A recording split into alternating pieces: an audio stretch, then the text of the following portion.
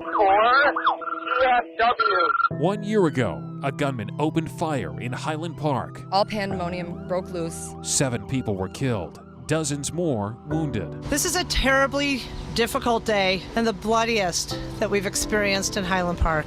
Now, the steps to recovery. Neighbors helping neighbors. And a fight to end the crisis of gun violence in America. Not one more!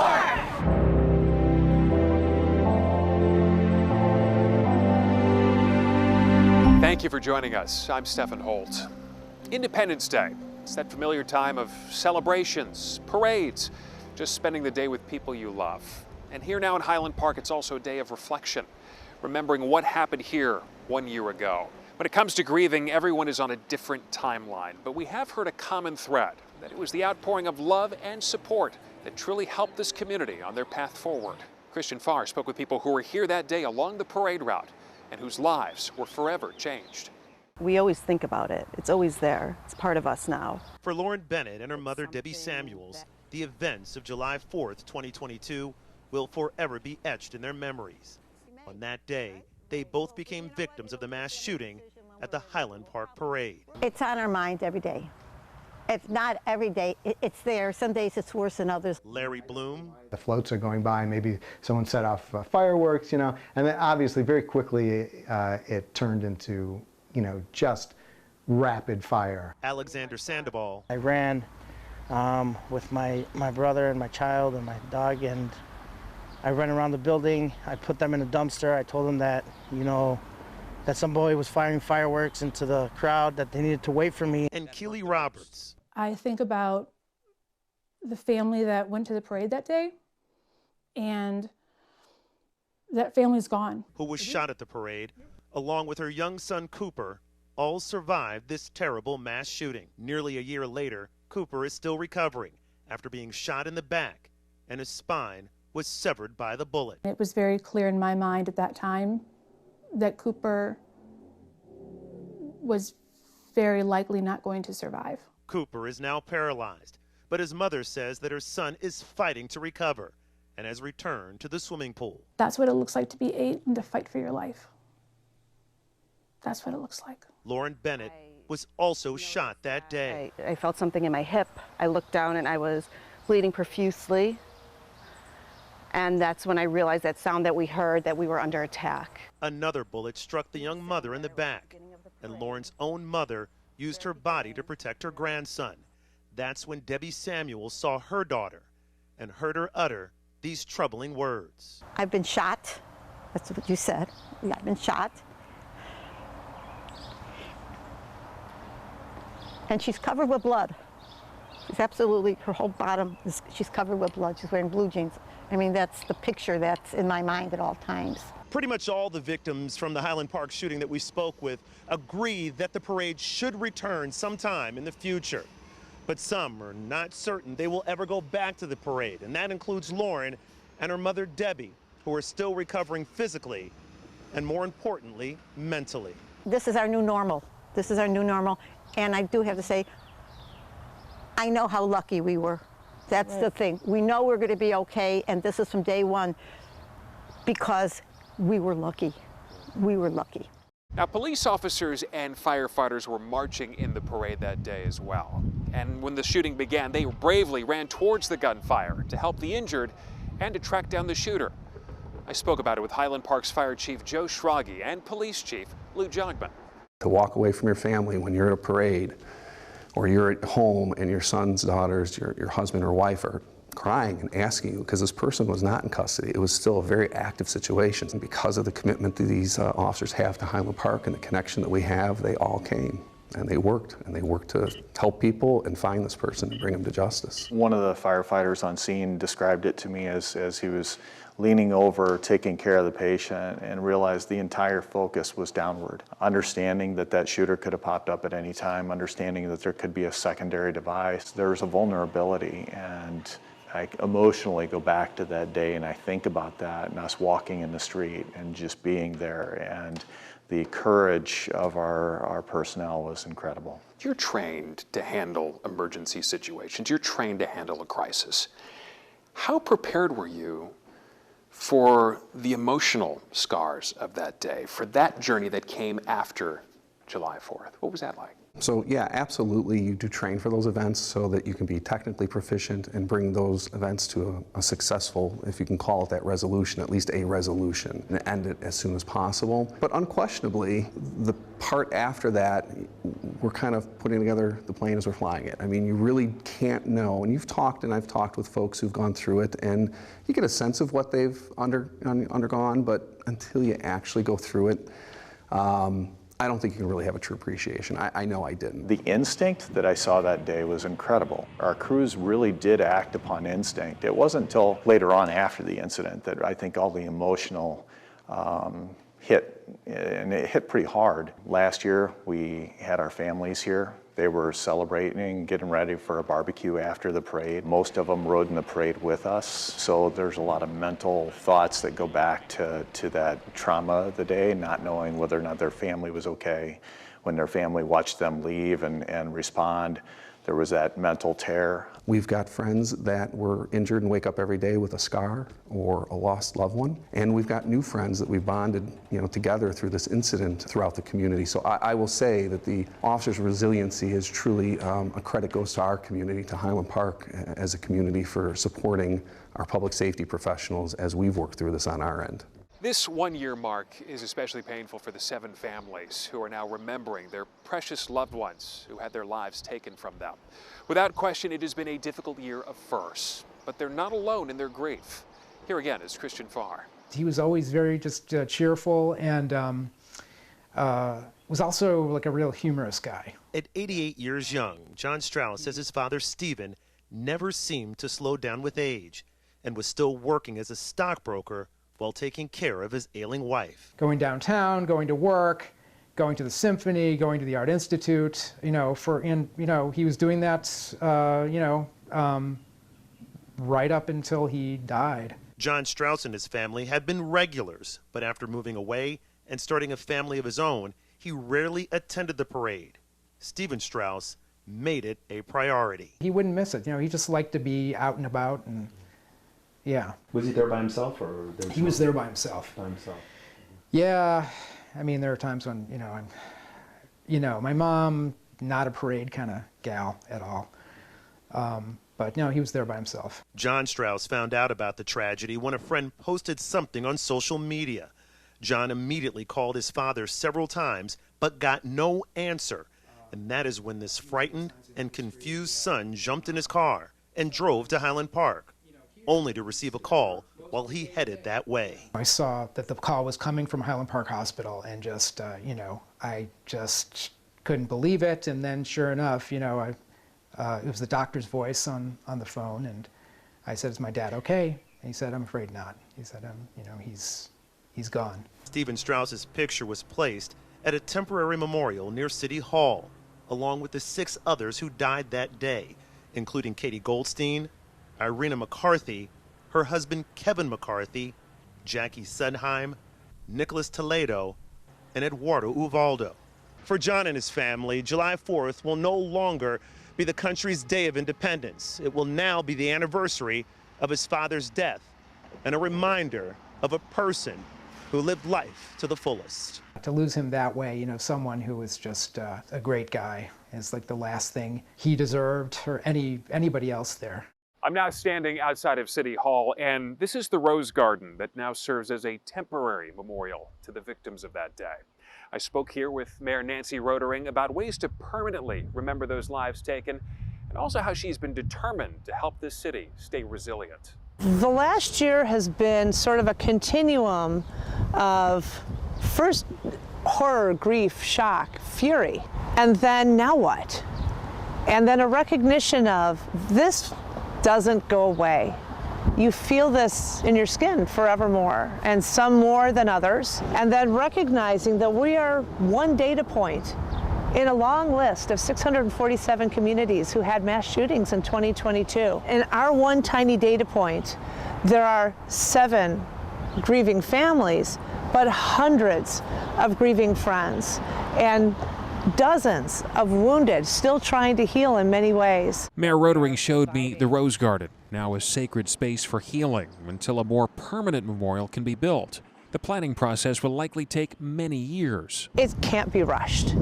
It needs to be a thoughtful process. So many people in this community, these families, the people who were grievously wounded, are still getting through their year of firsts, the birthdays that are missing somebody, the anniversaries that are no longer being celebrated together. They need that time. They need that space. I'm sure you heard this too, people saying, Highland Park, really?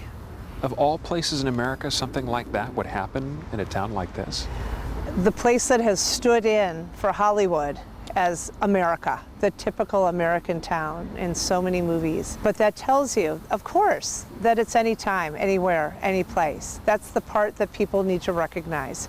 Until we address this access to combat weapons, until we take the necessary steps to say no, we are not going to allow our human rights to be violated in this way. We're not allowing terrorism to be any neighborhood, any street, any place.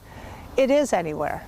And so that's why on the 4th of July, every city in the U.S. is Highland Park, because until the right steps are taken, none of us are free. That sentiment has spurred many survivors into action. Liz Turnipseed was severely injured in the shooting. So how many lives is it okay that are lost? Now she is one of many leading the charge to end the crisis of mass shootings. Their stories coming up next.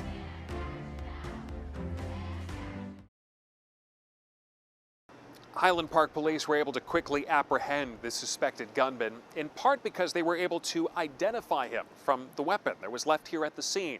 Now, many in this community have joined the fight to keep these guns out of the hands of people who would do harm. Bennett Haberle takes a closer look at what has changed since last July. Checking rooftop.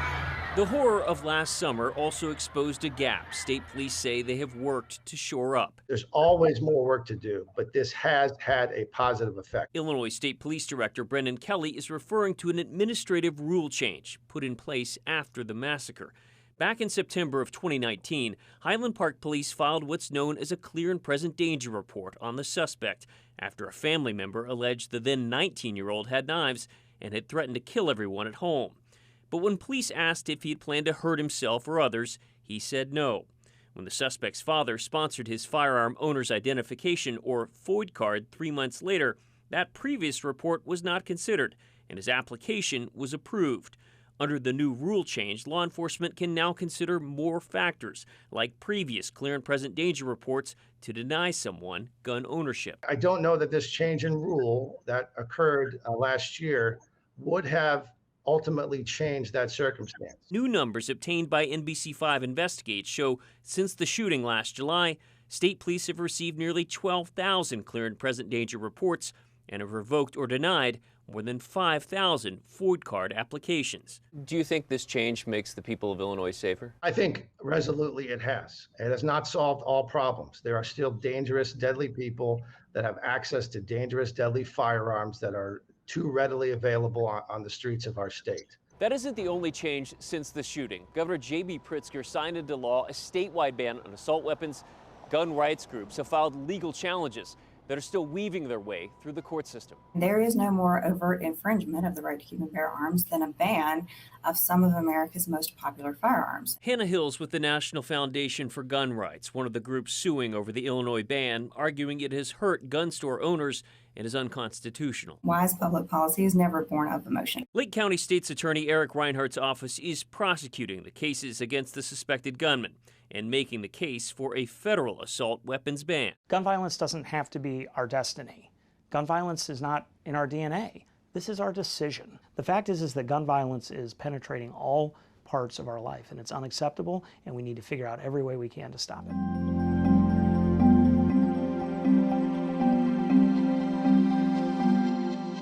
The trauma of that day hasn't gone away, but some are healing through advocacy. March 4th was founded 2 days after the parade shooting. Now some of the original members are sharing their stories. I will never not be here and not think about what we went through. Lindsay Hartman is a Highland Park parade shooting survivor. She was standing between two people who were hit by gunfire. I had a singular thought in that moment, and it was, keep my daughter alive. Her family ran for cover, her husband shielding their 4.5-year-old daughter with his own body. You can see here a bullet that had hit the brick and it was exploding, above us. And had we not laid down, we might have had a very different outcome. Today, she and other survivors We were sitting right here, bumped up to the railroad tracks. are reflecting on the past year and how they've been able to move forward through their trauma. These happy memories on camera, shattered by a single gunman. What has this healing process been like for you? For me, advocacy has been the healing part. Assault weapons have to go! Advocacy with a singular mission. We want a federal ban on assault weapons, and we want it now. March 4th was born through social media, hours after the parade shooting. The 5th of July, before I went to bed, I asked if anyone wanted to come to DC with me. On the 6th, I awoke to hundreds of emails and messages saying, I'm in. And since that first rally, there have been 4 others. In 1 year, moms, dads, and survivors with no political ties have met with more than 300 members of Congress, the group even getting the attention of President Joe Biden. That's for those families in Highland Park. We believe there has to be consistency and pressure all the time. They're sharing their personal stories of survival with lawmakers to advocate for change. Dr. Emily Lieberman hid in a bathroom with more than a dozen others for over 2 hours. We didn't even know each other, and we said our names out loud in case we died so that it would be among friends. Though she lives with tremendous guilt. I wasn't brave enough to go back and help anyone that day. Terrorism, where there should have been patriotism. She's using her unique perspective as a pediatrician to galvanize physicians into action, demonstrating at the U.S. Capitol. We are having the conversations, the tough conversations, but with the data. Each with their own story and path to healing. All share a common goal. Demand action now! Do you feel like your advocacy has actually made a difference? I do. It's a big hill to climb, but every step is a step closer to a little bit more of a safer world. And now the story of another survivor who is part of a different approach to stopping mass shootings. It's a lawsuit targeting the company that made the weapon. Patrick Fazio has the story. I have a now 4-year-old who's a mass shooting survivor who's afraid of parades. Liz Turnipseed and her husband took their daughter to the Highland Park parade.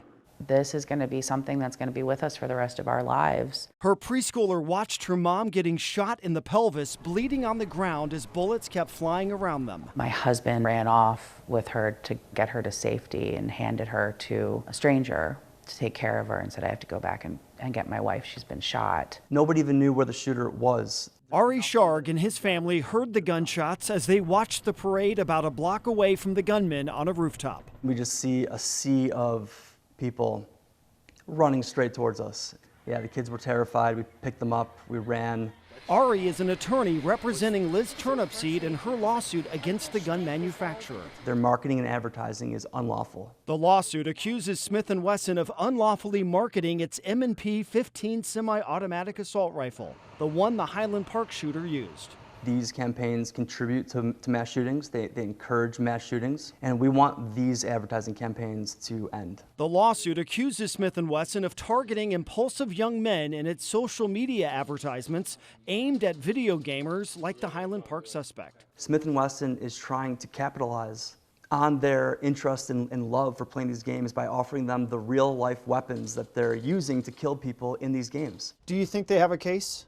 Oh, they definitely have a case. Heidi Lee Feldman is a law professor at Georgetown University. She says the 2005 federal law called the Protection of Lawful Commerce in Arms Act mostly shields gun makers from lawsuits unless they violate consumer protection laws. It's a serious case, and the Smith & Wesson must be taking it seriously. It's coming on the heels of the Sandy Hook litigation. Families of the Sandy Hook school massacre received a $73 million settlement last year after suing Remington for how it advertised its weapon used in that shooting. The company did not admit any liability. You have to argue that the manufacturer's marketing campaign has been unethical, deceptive. The Highland Park lawsuit cites the Illinois Consumer Fraud Act, arguing that Smith & Wesson deceptively and unlawfully markets its military-style assault rifle. They're blurring the line between the virtual world and reality. The committee will come to order. The CEO of Smith & Wesson refused to testify at a congressional hearing on gun violence last summer. Perhaps because he did not want to take responsibility for the death and destruction his company has caused. The committee chairwoman wrote in a letter, Smith & Wesson markets its assault rifle with advertisements that mimic first-person shooter video games popular with children. We reached out to Smith & Wesson, but no one responded. President and CEO Mark Smith responded to the committee's subpoena request, saying it was an unprecedented and unjustified attack on the firearm industry. They knew how deadly this weapon was. It was designed to go to war, literally. And they've taken it and they saw an opportunity to try to brand and make more money.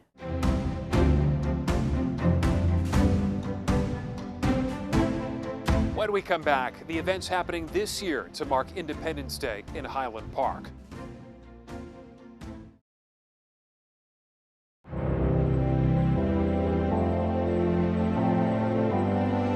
Memories from last summer are flooding the minds of the people who survived the parade shooting as they decide how to mark the tragedy. Something happened the other day. I was driving to downtown Highland Park, going east, and I was at the intersection where it happened, and it was the same time of day, the same warmth, the same sunshine, and I just got a pit in my stomach. Dean and Susie Zielinski were in the line of fire on July 4th, 2022. Over the last year, they've coped through conversations. Like, I'll just bring up, I can't believe we didn't die.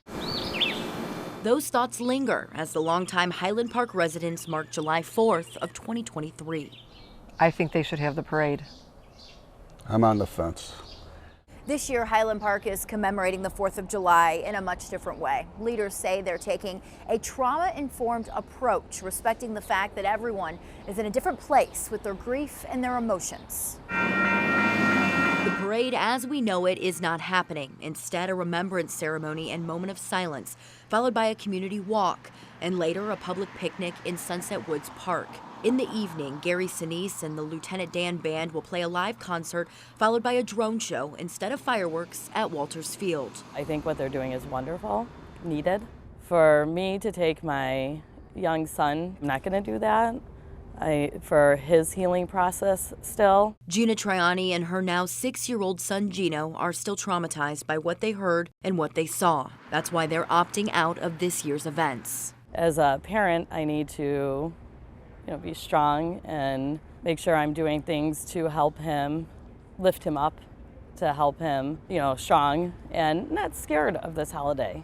People in the Highland Park community are ultimately torn on their plans, but supportive of how the city is choosing to move this community forward. Windows and storefronts still showing signs of support, showing how this community continues to come together to find ways to help.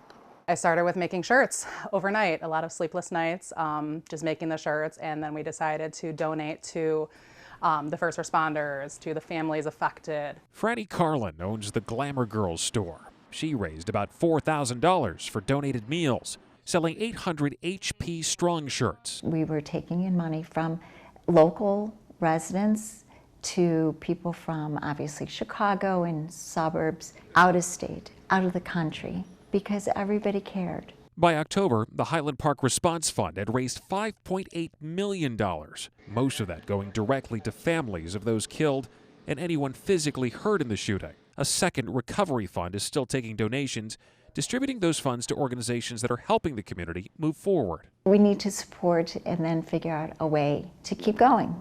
And we leave you now with the faces and the names of the 7 lives taken here 1 year ago, with a promise to never forget. From all of us at NBC5, thank you for joining us.